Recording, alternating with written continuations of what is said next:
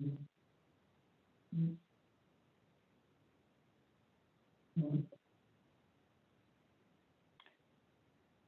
everyone. Welcome. We're so glad to be spending this Friday afternoon or morning if you're on the West Coast with you all. My name is Kayla. I head up marketing at the Mom Project and excited to bring you this conversation with Dr. Pam Cohen, who heads up WerkLabs, which is the Mom Project's Analytics and Insights division. And we're really excited to share some information with you and also answer some of the top questions that we've been hearing. So as the Mom Project has been navigating this time, and as we've been talking to all of our employer partners navigating this time as well, we've been getting a lot of questions. And so we thought, what better way than to get everyone together to talk about some of these issues and topics that business leaders all across the globe are dealing with. And not only talk about them, but be able to share some insights that we have based on some of the research that we've doing and conversations and customers that we've worked with. And so we're really excited to share some of these insights with you all today. And so we'll be structuring this as a talk where we'll kick things off with Pam, where she's going to share some new insights and information about the employee experience, and particularly the employee experience and what parents and men and women are facing in this work from home COVID environment. And then really we're going to dive into some Q&A. We got a number of questions as people registered for this conversation, so we've saw a lot of themes. We're going to answer a lot of those questions, and then also on our YouTube chat, you'll have the option to weigh in, ask questions in there, and we'll be answering those live as we go throughout the conversation as well. But before we jump into things, I want to first take a moment to introduce Dr. Cohen, who is here with us, and we're so excited to hear from her today. So Pam, if you can go ahead and give your introduction, we'd love that. Sure, thanks, Kayla.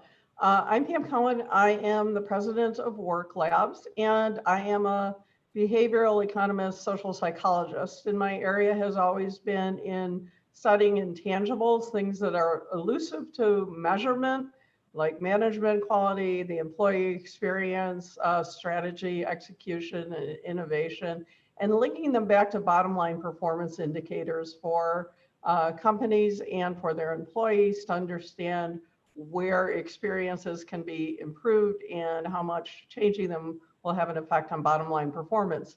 And relevant to what we're talking about now, we'll be looking at some of our latest study, which looks at the effect of the pandemic on employee experiences and also links those back to bottom line performance.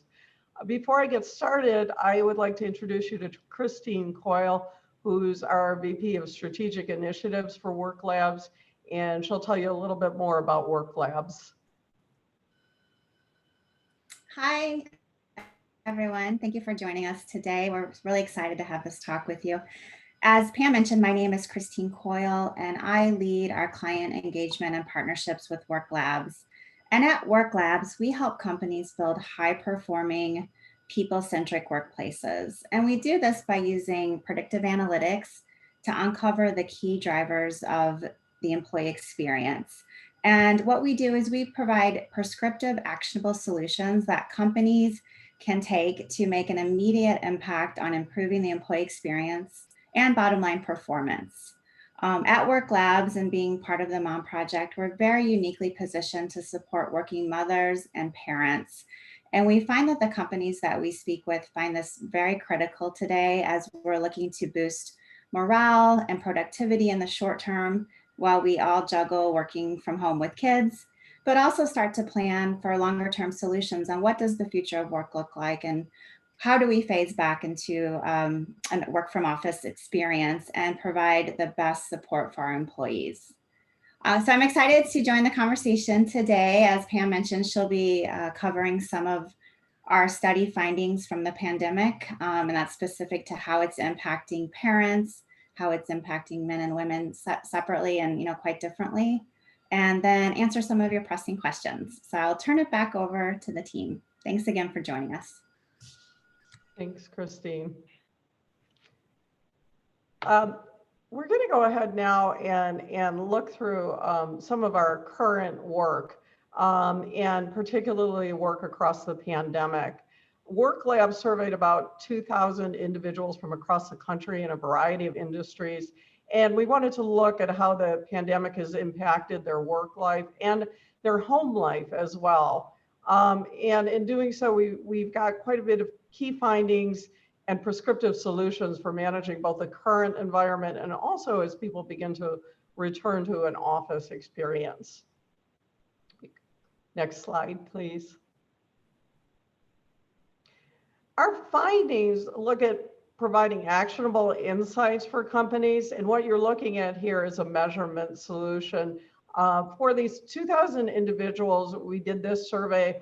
Oftentimes we're doing this for individual companies, but what we're always looking to do is a two-part measurement solution, one that looks at employee experiences overall, which is what you're seeing in blue, and defining what the key drivers are, anything from flexibility to job clarity and salary and the others that you see there.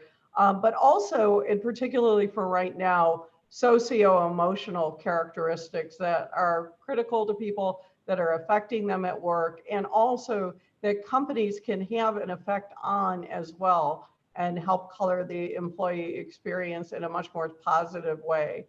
But then the next step of that is linking the employee experience back to bottom line performance indicators and ROI, things like recommendation and retention through a year, 5 years, and predicted productivity across the next quarter and across perhaps even the next year.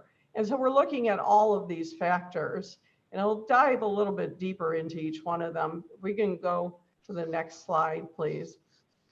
Some of our key findings in this time are that the COVID employee experience is being impacted by two key factors, having to do with workplace policies and practices, and then also the employee socio-emotional well-being, as I pointed out. And let's take a look at each one of those a little bit more in depth. Next slide, please. So workplace policies and practices are made up of several areas. One is the organizational leadership. And this really has to do with how much employees trust and respect and feel as though organizational leadership is acting on the best interest of the employees. And this is critical at any point, but even more so right now, where employees are looking to their companies to understand that they're really looking for their best interests, that they won't bring them back to work too soon, that when they bring them back, there will be an organized plan in mind. Second, in job clarity, we know these are confusing times, so the extent to which employees know what's expected of them, their responsibilities, their priorities, perhaps even their shifting priorities, and their goals impacts their workplace experience. And this has emerged as particularly critical right now. And then the third component is managers, and how managers are engaging with their direct reports is especially critical in terms of communication, but also in terms of being empathetic is strongly influencing employees right now, knowing that their managers care, that they understand, that they have differing and oftentimes competing responsibilities is really big right now. Next slide, please. Secondarily is where we measure the socio-emotional well-being. And this also breaks down into three different main areas that employees identified. The first was holistic support, and that's the extent to which organizational leadership and also direct managers are able to support their employees in finding some sort of a balance between work and home life. And again, that's true in any situation, but in these extenuating circumstances, it sometimes means understanding that kids come first, other schedules come first, and the work may be being done at different times than usual. And that brings us to schedule manageability and the control employees have in managing their own schedules, in attending meetings, deciding when to get on and offline, significantly impact socio-emotional well-being. And we know right now there's a lot of scope creep, a lot of creep in roles and responsibilities. People are feeling like they're working more and spending less time away, and that impacts their well-being a great deal. Social connectedness is the third. Isolation is something that we hear time and again from people that we have surveyed, and in their comments, isolation is a key stressor impacting many, not just people who live alone, but even people who live with their families are feeling isolated, lonely. And so keeping employees socially connected with one another is key during this mandated work from home environment, finding times to meet. Next slide, please.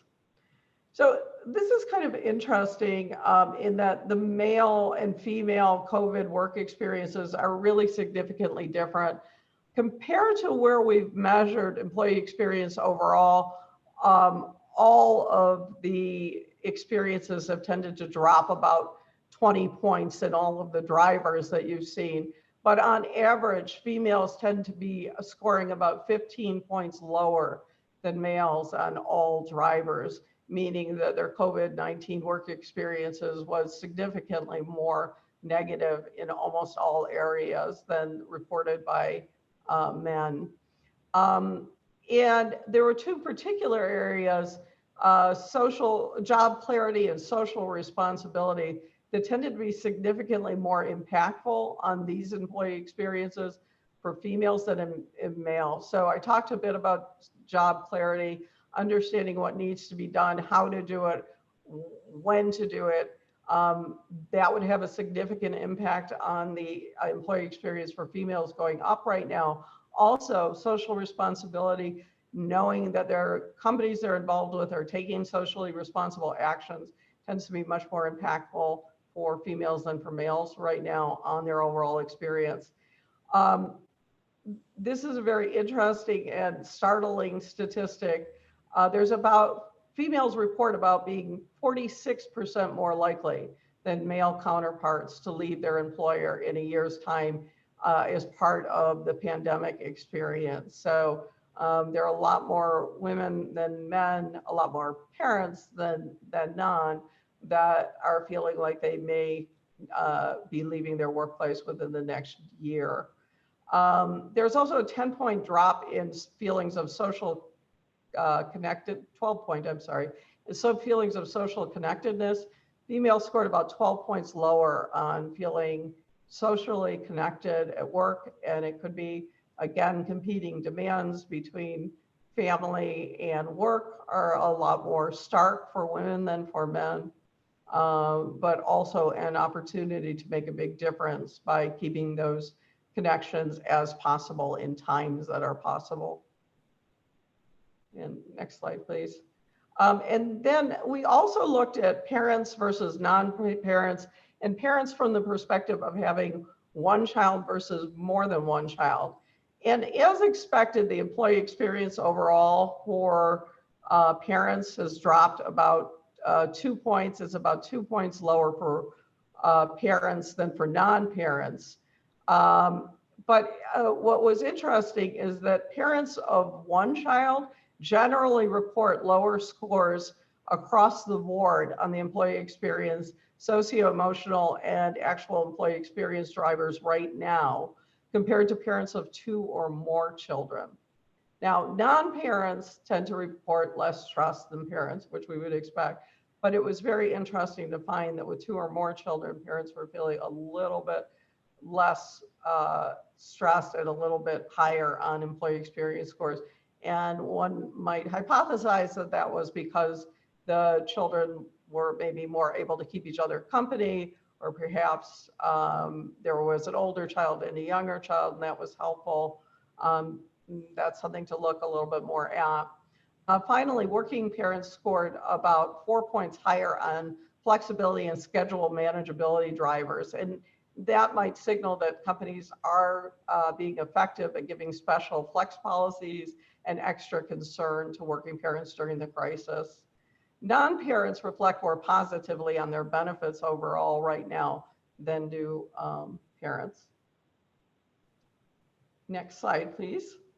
We see a lot of quotes. There's a ton of information that we've gathered from moms, from dads, but overall, some of the things that we're seeing probably look familiar to a lot of you. We're looking at the best ways to help them in a working environment and help management keep these kind of employees engaged and having the best experience possible. But the overall sentiment is I can't do anything 100%, and that it's not possible to balance it all. Next slide, please. And this just gives you a little bit more information on how to contact us. And I believe I will turn it back over to Kayla here. We can go into the Q&A.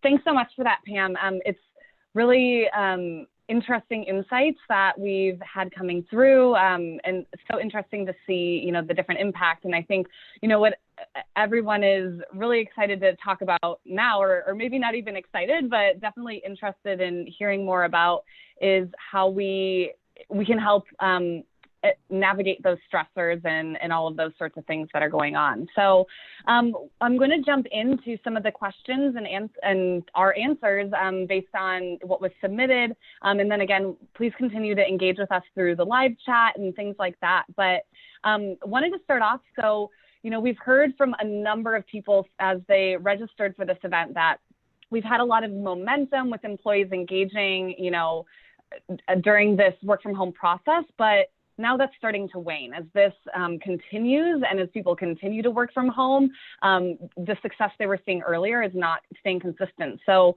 what can companies and managers be doing to keep that momentum going? Okay, that's a really good question. It's really important to note that there's a lot of fatigue, there's a lot of factors going into burnout, but what organizations can do is to help with those socio-emotional factors.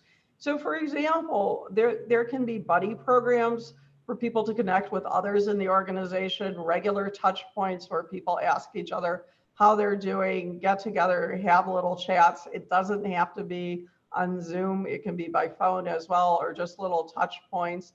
But this will help with schedule and also help people feel more connected and really less isolated. Also, some signals that leaders really care about employees: a weekly, if not a daily message from leadership can really make a difference. Also, more communications from management and leaders, assuring people that it's okay to take time off. We see this, other companies see it. People have gotten really afraid that being away from their computer or not answering anything immediately means that they're not in communication. So we see people even in Slack channels constantly putting up emojis just to say that they've gone away to get a drink or something like that. Management making it clear that it's okay for people to take a little time off. And then employees also scheduling an end to days, supporting some kind of work boundaries through management. Management needs to set and lead by example. Some of the best examples we've heard are companies that actually tell their employees not to work after a certain time or after a certain number of hours if they're working a different schedule due to different COVID arrangements. Really being very clear about taking time off and taking time for themselves. And managers need to do that as well to set that example for their employees.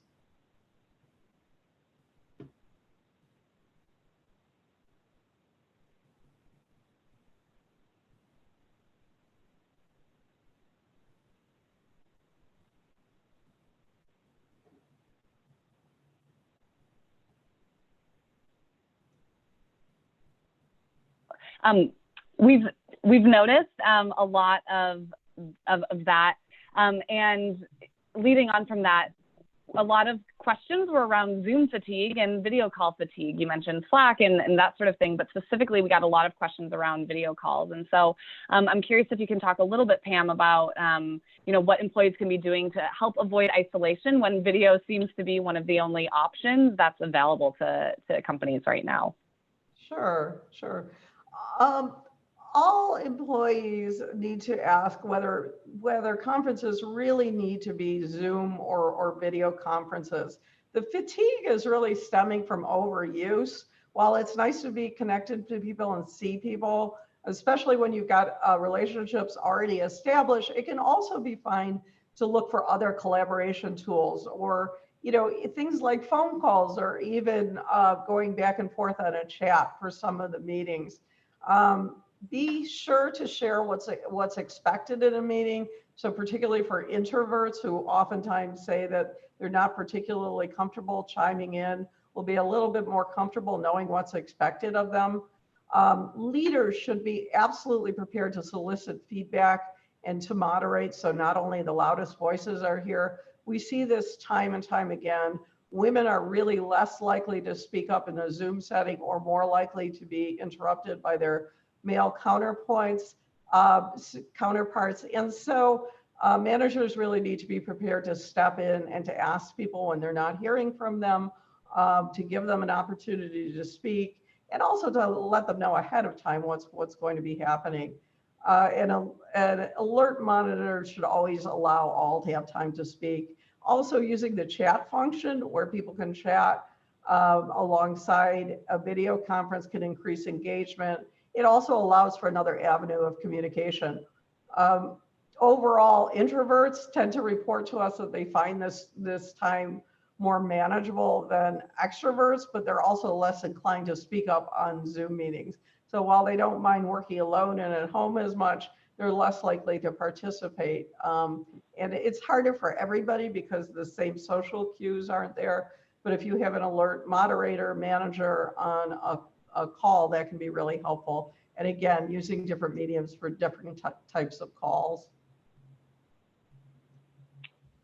Great. And we had a question come in just on the live chat, just asking about that question around women who were considering leaving the workforce, and kind of confirming that. And I just wanted to confirm with you, Pam, that that was 46% of women, which is pretty striking. That said that. That's correct. It is, women are 46% more likely than their male counterparts to report that they may leave their workplace within the next year. So it's not 46% of women overall, is 46% more likely than their male counterparts to report that. Thanks for reiterating that. And, we're happy to keep these questions. We're getting some funneled through from the chat now, and we'll continue to take those and answer those. But kind of speaking specifically on, you touched on it a little bit on some of the stressors and insights.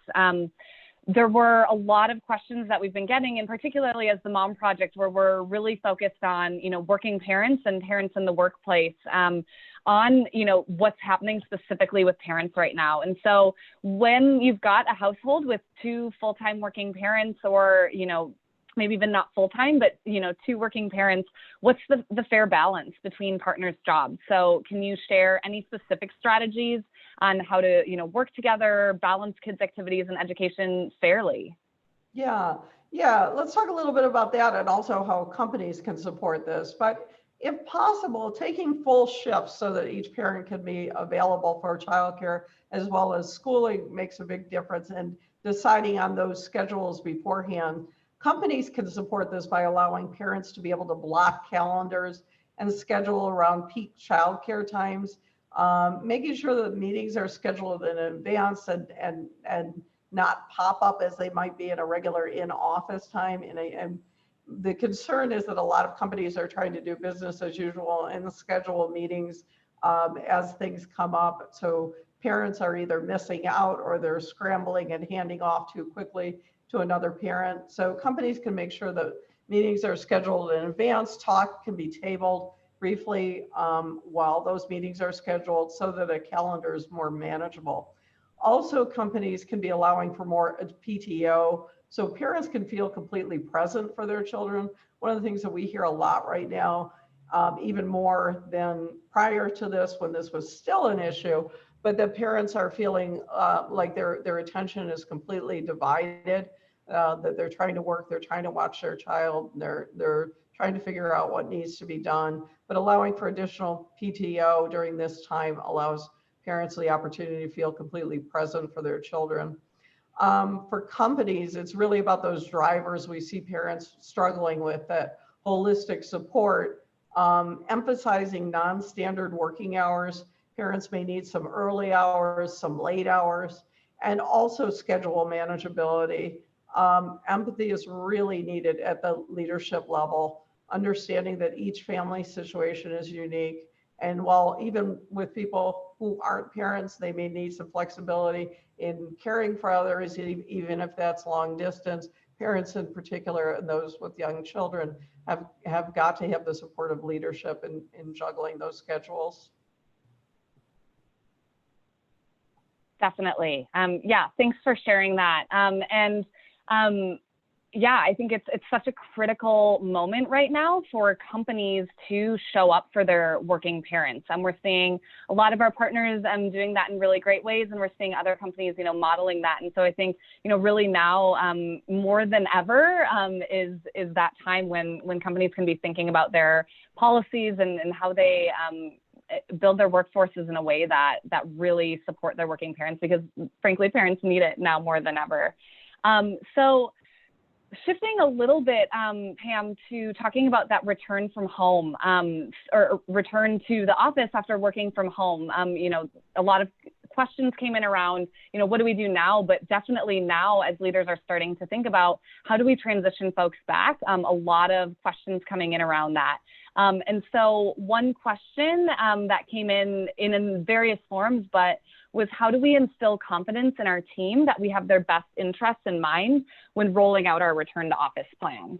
Yeah, that's a really good question. Well, first of all, just setting realistic ideas here. Employees really understand that there's no perfect plan, but the bumps and the changes will be much better received if employees really understand that the company has their best interests in mind when we're creating the return to office plan. And I think that some of the biggest concerns that people have expressed have been around, will my company really make the decision on what's best for us and what we're able to do? Again, I know that I've said this about other areas, but concern and empathy from leadership, the understanding that even though it may be time to go back to work, there may still be children that are at home. It may not be possible for some people to return to the office. So having a plan that allows for that allows for clear and direct and continual communication with employees who can't come back, and a plan for those who can, is really critical. And then as leaders, it will be really important to manage expectations. So they need to understand that in those difficulties coming back to work, that there'll need to be more flexibility going forward. Recognizing that people have now established new routines or new normals.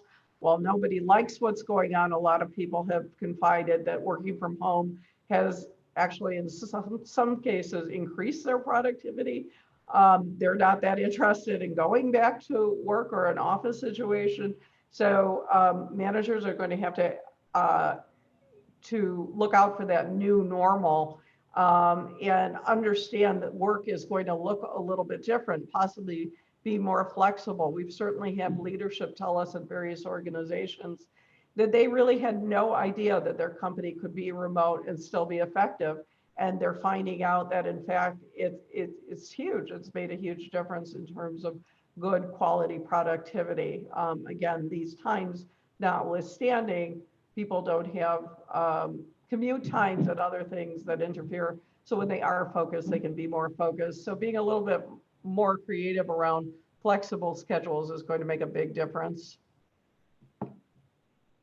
Great. And then along with that, and then I'm going to turn to some of the questions that have been coming in through the chat. But so, how do we instill confidence? But specifically, what should leaders be thinking about in terms of policies and programs as they start to transition employees back to the office in the near future? We got a lot of questions around that.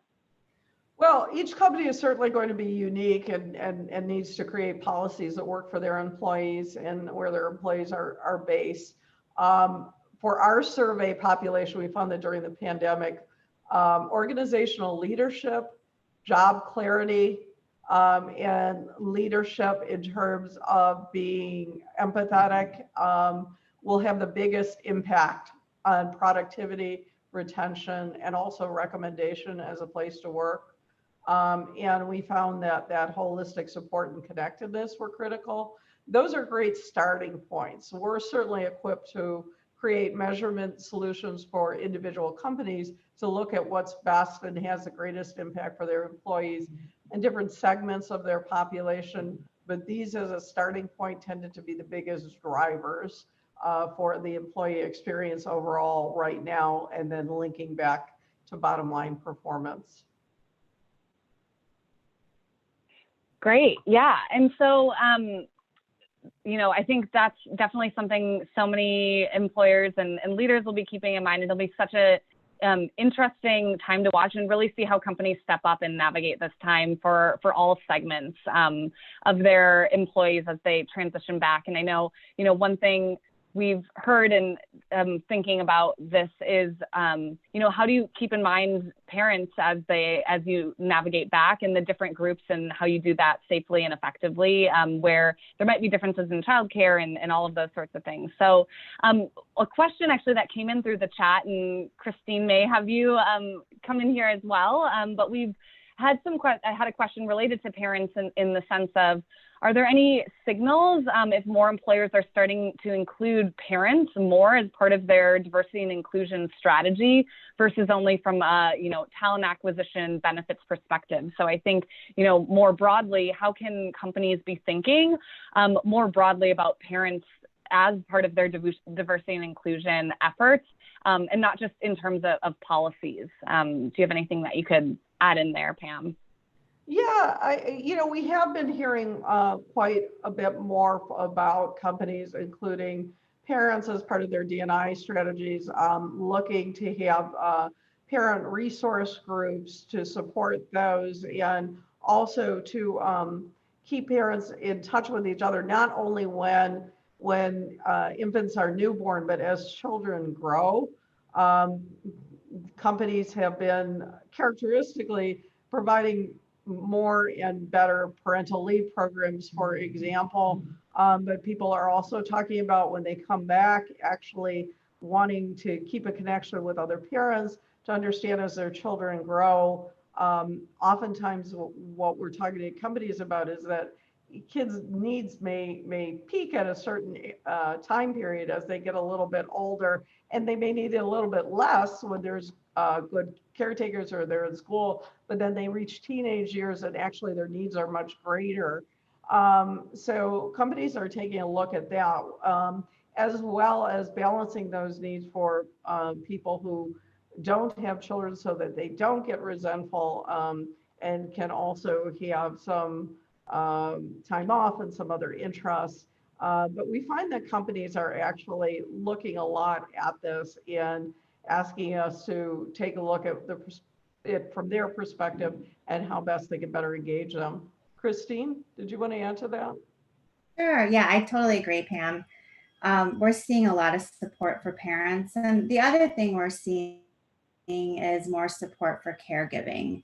So not just looking at parents, but also looking at people who have to caregive for relatives or family members, and people that are sandwiched in between raising their children and caring for elderly family. So kind of across the board, there's big initiatives for progressive companies to provide support across caregiving and to create an equitable work environment, but to provide that extra level of support for caregiving. Great, thanks. Yeah, we see a lot of that here, and some of as we kind of transition away, another question, not specifically focused on parents, but as we think about, being productive and being productive employees and how business leaders can enable that, thinking away from how management can enable it, but we had a question come in around, in this remote world, how do employees ensure that they remain visible to management without coming off as needy or desperate? So, you're not having as much in-person interaction. How do you, still showcase what you're doing without, going overboard? Yeah, that's a really great question. And I think it's this question that is partly causing people to feel like they need to be available 24/7 in this environment, to answer questions immediately and to be constantly heard and seen on video chat, and keeps us on video chat when we might be more productive doing other things. So I think that it's incumbent, first of all, on managers to set expectations for touch points, to ask people to set up one-to-one communications and also team communications, so that people feel like there's going to be a time that they can go over all of the things that they've been doing with their managers, either as part of a team or as a one-to-one. And I think part of the place where employees start to feel a little more frantic is where they feel that there's really no place that they're going to be able to connect unless they're constantly putting up points of sending Slack, sending texts, sending emails about what they're doing. If they know that there's a one-to-one coming up, if they know there's a team meeting coming up, then they've got a place to provide it. And again, managers setting expectations that they don't expect people to be visible constantly, that they're not expecting constant check-ins, is another place where they can really make a difference in people being able to relax a little bit and get offline a little bit. And influencing that is an expectation that if people are working certain hours or certain blocks of time, that they take off equal amounts, or that they're taking some time away. But really, those meetings and those email touch points, as opposed to Slack or text that require an immediate feedback response, are really going to be much more helpful right now. Great. Yeah, and I think we're all seeing that not only at our own companies, but the partners that we work with. And I think just the more that our managers and business leaders can encourage that and set that expectation and live it out themselves. I know that's something we've been stressing a lot here, is how management needs to live into what we say, and that really resonates through. And so it's been awesome to see that come through on our end. And we're seeing that with a lot of our partners as well, that it really, in order for employees to feel empowered, it needs to start at that kind of top down.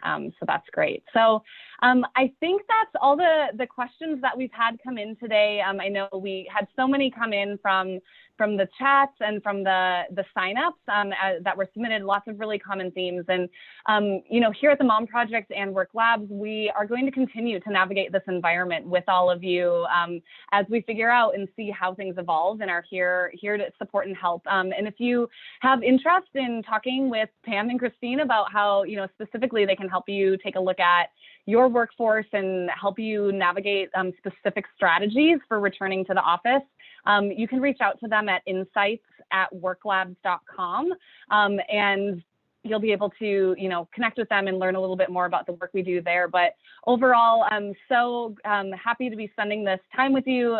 Pam, thank you so much for sharing those new insights and your expertise and thoughts. It's really refreshing to get, research-backed insights to these questions and to have some solid strategies for moving forward. So we thank you so much for joining us. And I'll let you, close out with any last thoughts you have, Pam. Oh, we appreciate everybody's time and interest.